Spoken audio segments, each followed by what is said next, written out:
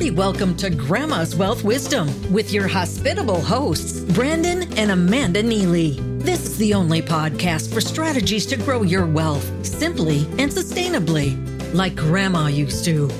Without further ado, here are your hosts.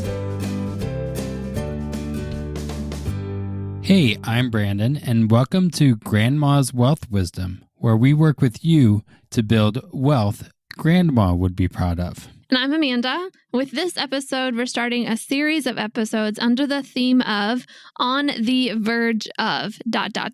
or ellipses. Or what? Ellipses? Ellipses, that's what it's called. Okay, gotcha. The ... Okay.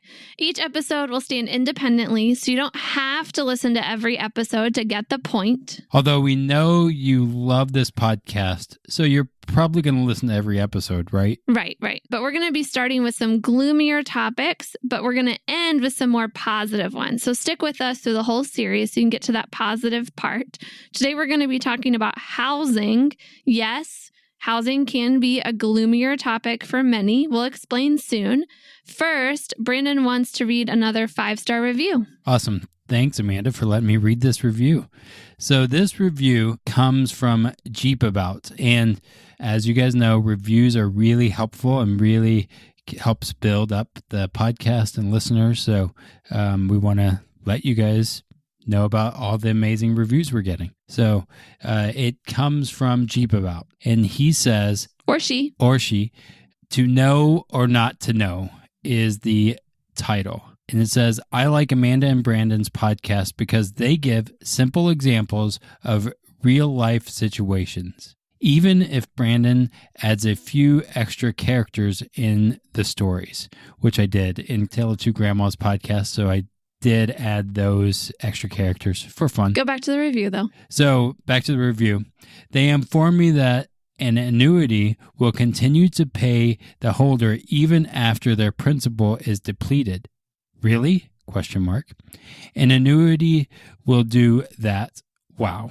They shared that with a whole life policy, I will know how much money I have available each and every year from now until the policy is cashed in. I have to continue paying my premiums, of course, and while I'm paying premiums, the value only goes up. I don't know if my brokerage accounts will continue to go up. In December, the value actually went down. I'm getting close to retirement and I don't want another 20, 30, 40% or more drop in my retirement.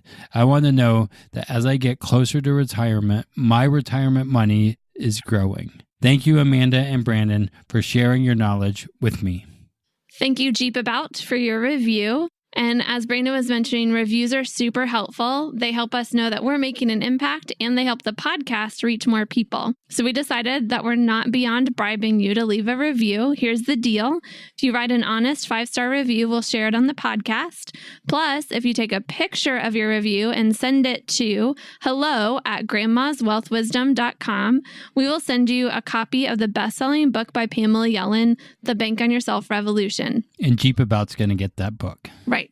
As long as you're in the U.S., we'll send you a copy in the mail or the Kindle version, your choice. So write an honest 5-star review and send it to hello@grandmaswealthwisdom.com and you'll get the book for free. Awesome. That's a sweet deal. Okay, now on the topic of this episode, on the verge of ... ellipses home. So Grandma knew how to create a sense of home. When you'd walk into Grandma's house, there was solid furniture made out of real wood. Maybe she had a cup of tea for you or some really good coffee and some fresh baked cookies. Grandma's house is a predictable refuge for Thanksgiving every year or when you need an ear to listen to. In more ways than one, we've lost that today. And it's not just because of IKEA furniture, which we have some of that IKEA furniture. It pains Brandon that we have some IKEA furniture. I can't wait to get rid of It's not that bad, but it's not Grandma's furniture. Yeah, it's not It's not like our bedroom set that was not Brandon's IKEA. grandmother's. Yep. For one, we move more often now and live farther from where we grew up in our globalized world. But mostly, we've lost a sense of home because more people are renting instead of buying. Right. I was doing a whole bunch of research for this episode, and I came across this Pew Research Center analysis of Census Bureau housing data. Doesn't sound very exciting, but there's some really interesting things here. They said there that more U.S. households are headed by renters than at any point since at least 1965. And they saw that this increase in renters is most significant in people under 44. If you just look at the last 10 years, they were looking at 2006 to 2016. So for example, if you're under 35, in 2006, 57% of people under 35 were renting, and in 2016, 65% were renting. That's an increase of 8 percentage points. And then for those between 35 and 44, rental rates increased from 31% in 2006 to 41% in 2016. That's a 10 percentage points increase. Another way to look at it is that about 2/3 of those under 35 are renting, and 4 out of 10 between 35 and 44 are renting. And that's the most since 1965, at least. Yeah, exactly. In terms of a percentage of the population. And besides age differences, we want to be really clear that there are also differences based on race and ethnicity. Housing is a great place to look if you're looking for the effects of racial discrimination in America. Racial disparity in housing is a serious matter, and it's increasing rather than decreasing. It's super serious, so we wanted to make sure we point that out too. That it's not just a thing that's impacting people of different ages, but also something that impacts people of different racial and ethnic backgrounds. Absolutely. Finally, the Pew Research Center gets to what we think is the most critical thing here, regardless of age or ethnicity. The increase in U.S. renters over the past decade does not necessarily mean that home ownership is undesirable to today's renters. Indeed, 72% of renters said they would like to buy a house at some point. About 2/3 of renters in the same survey, 65%, said they currently rent as a result of circumstances, compared with 32% who said they rent as a matter of choice. When asked about the specific reasons why they rent, a majority of renters, especially non-whites, cited financial reasons. So here's the bottom line.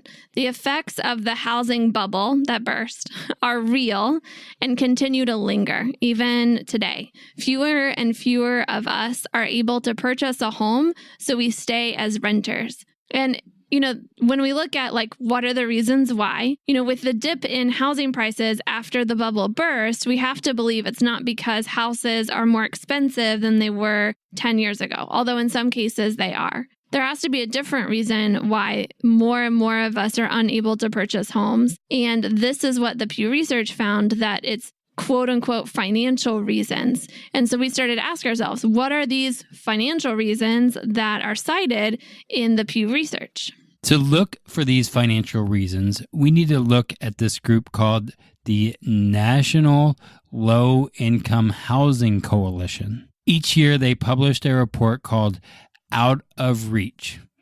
The Out of Reach report documents the gap between renters' wages and the cost of rental housing. The report's housing wage is the hourly wage a full-time worker must earn in order to afford a modest rental home without spending more than 30% of his or her income on housing costs.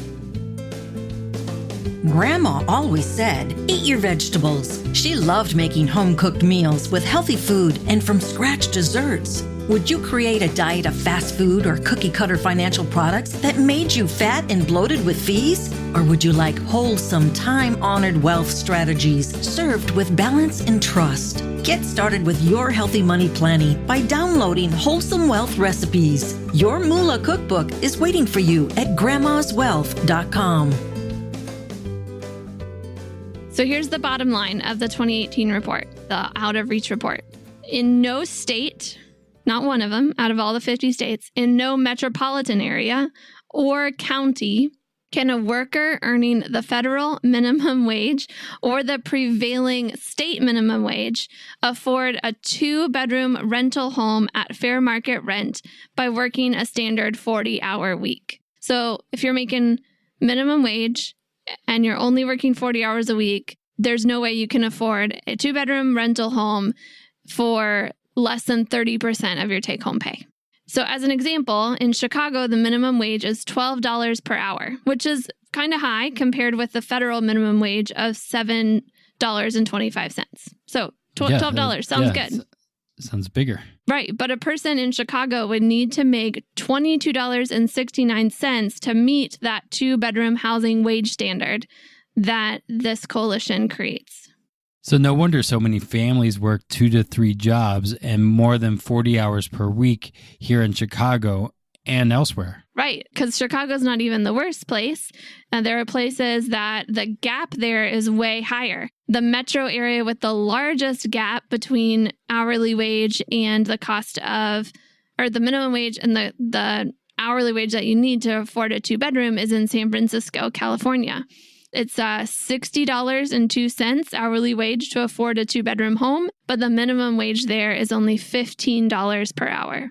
And then, in case you're wondering, the state of Arkansas comes in last in terms of the gap. In Arkansas, the minimum wage is $13.05, and the required wage to afford a 2-bedroom home is $13.84. So still a gap, but the smallest gap, only 79 cents per hour gap. We should move to Arkansas. I think maybe everyone that's renting is going to want to move to Arkansas now. All this to say, if you can't find a job that pays enough to cover your rent, how are you ever going to save up for a down payment or afford the mortgage payments, taxes, insurance, upkeep, and related costs of owning your own home? We believe that's the financial reason that renters are citing for why they have to rent when they really want to buy. Their income is just too low. Yep. So here's what we're coming to. I want to share with you the opening paragraph from the Out of Reach report for 2018. The introduction was written by someone whose name 99% of Americans will know. I'll let you go find the report and see who wrote this. I'm not going to tell you. Go find the report, see who wrote it. Hint, there's going to be a link in the show notes. So go to the show notes. Go to the show notes. But here we go. Here's what this person wrote. Quote, every American, regardless of income, should have a fundamental right to a safe, decent, and affordable housing. Stable and affordable housing is not only essential for a person to live with dignity, but without it, economic opportunity is simply an illusion. It is difficult for families to keep up and near impossible to get ahead or save for retirement or higher education. Without a stable home, children suffer emotionally and at school. Seniors cannot possibly retire with dignity and respect. End quote. We're starting this series with housing because it's the foundation of your financial world. We all need to live somewhere. If your housing costs too much, it throws off everything else. If your housing is in jeopardy, it throws off your sense of security and dignity, which in turn puts your entire wallet on edge. We almost titled this episode On the Verge of ... homelessness. First, there are way too many Americans homeless at this very minute. And secondly, there are way too many Americans that could be homeless if something happened. You know, when housing costs are more than 30% of a person's income, that person starts living paycheck to paycheck in order to keep up with all the other expenses. And then one job loss, one large medical bill, one sick relative who needs caring for, 1 or 2 missed paychecks due to a government shutdown, and this person could easily become homeless. So many of us are on that verge of homelessness.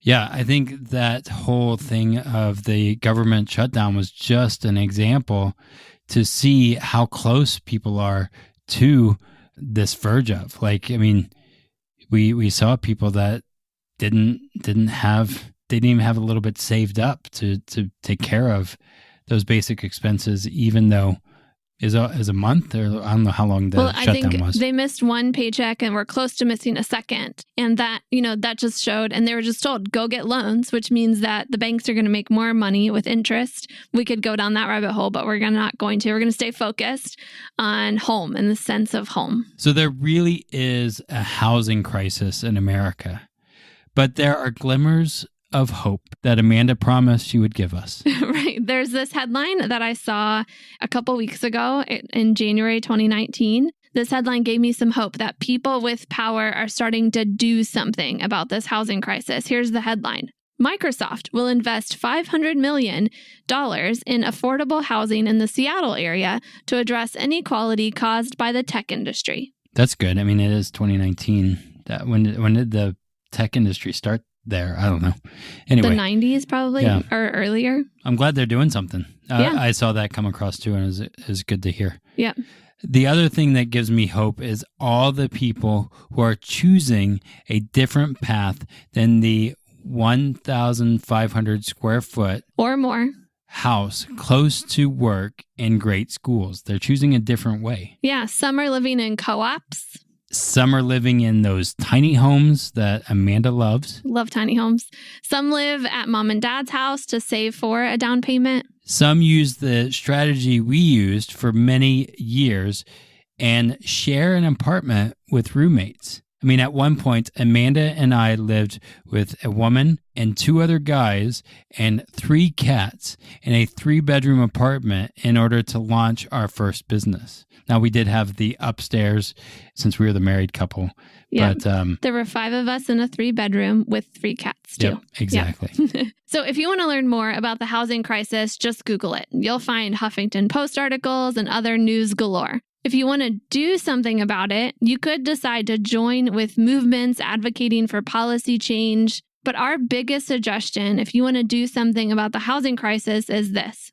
Decide how you will be different. How will you keep your housing costs below 30% of your income? Do you need to move to a smaller place? Do you need to have roommates? Do you need to join a co-op? Do you need to live with mom and dad for a little bit? Is there another alternative? What are you going to do to make sure you're personally not in a housing crisis? Does that feel impossible based on your location or your income? If anything, know that you're not alone.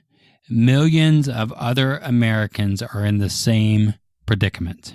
If you'd like someone to strategize with you how you could have a sense of security and dignity in the place you call home, we would love to chat. Brandon and I have used a particular strategy we like to call grandma's strategy to save up for a down payment. Sure, we needed to sacrifice some luxuries, but we still have been able to do what's most important to us while also saving for our forever home. We're currently renting, but already we have plenty ready to deploy when we decide it's time to buy. And we're not going to have to do that PMI insurance, I think. Yes, right. And so this has been helpful for us. We'd love to see if we could help you do something similar. To schedule a 15-minute chat and discover if we're a good fit to work with you, all you have to do is go to grandmaswealthwisdom.com and click Request a Meeting.